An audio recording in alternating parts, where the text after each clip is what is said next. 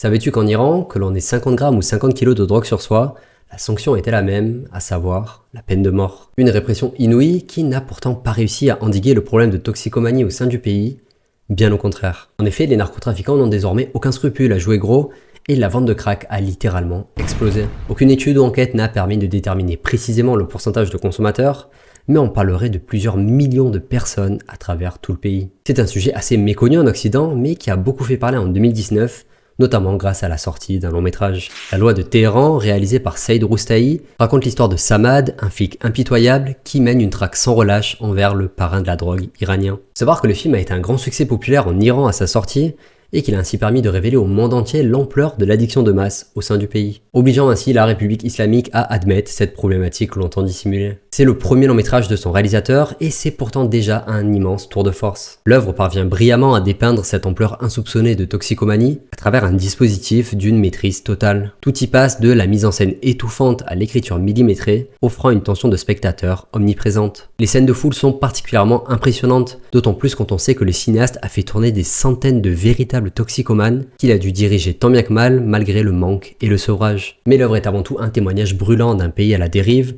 de ses institutions perverties à sa population croulant sous la pauvreté. Ça brasse bon nombre de thématiques passionnantes à travers une galerie de personnages tous pertinents et jamais manichéens. Certes, le rythme de la deuxième moitié est peut-être très légèrement en deçà face à la perfection écrasante de la première heure, mais ça reste une œuvre politique mémorable qui n'a peut-être pas eu le succès qu'elle méritait lors de sa sortie en France avec seulement un peu plus de 150 000 entrées. Abonne-toi.